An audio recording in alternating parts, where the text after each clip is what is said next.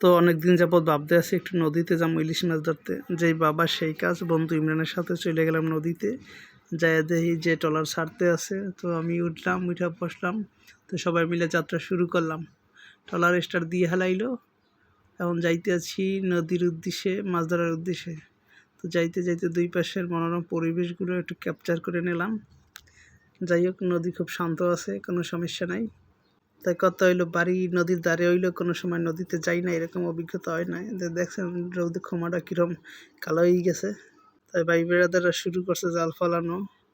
একে একে জাল ফেলাইতেছে। আসলে জাল পাওয়া কিন্তু এতটাও সহজ কাম না যে মনে হইলেই যে কত জানি সোজা, আসলে সোজা না। দেখছেন একদিন ট্রলার স্টার্টে চলতেছে রানিং, এদিকে ফালাইতেছে খুব দ্রুত।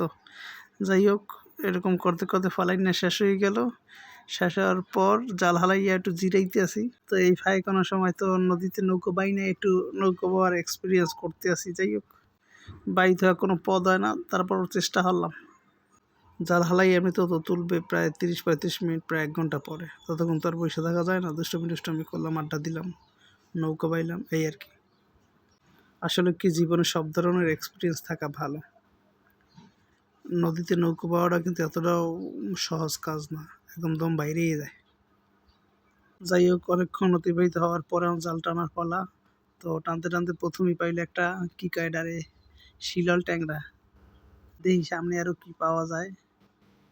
আসলে এই মুহূর্তটা উপভোগ করার লাগি মূলত নদীতে যাওয়া। কারণ জাল থেকে তাজা তাজা মাছ উঠবে, বা দেখতেই সেই একটা আনন্দ। খাওয়ার চেয়ে দেখার মজাটাই অন্যরকম। যাই হোক, যে মানে যে মাছটা দেখা যায় একদম পাঙ্গাস মাছের রান্না, আসলে এটা পাঙ্গাস মাছ না, এটা হচ্ছে শিলের ট্যাংরা। দেখছেন কিরকম কোথারে। যাই হোক, পুরো বিকেলে কিন্তু 2-3 বারই খেয়াও দিছে। আমি থাকাকালীন 2 বার খেয়াও দিছে। অতটা মাছ পাওয়া যায় না, 2-3টা মাছ পাইছে টোটালি। আগে মনে করতাম নদীতে খেয়াও দিলেই মনে হয় যাকে যাকে ইলিশে, আসলে তা না। প্রতি খায় 1টা-2টা এরকম মাছ উঠে। দেখছেন একটু ট্যাংরা মাছ পাইছে।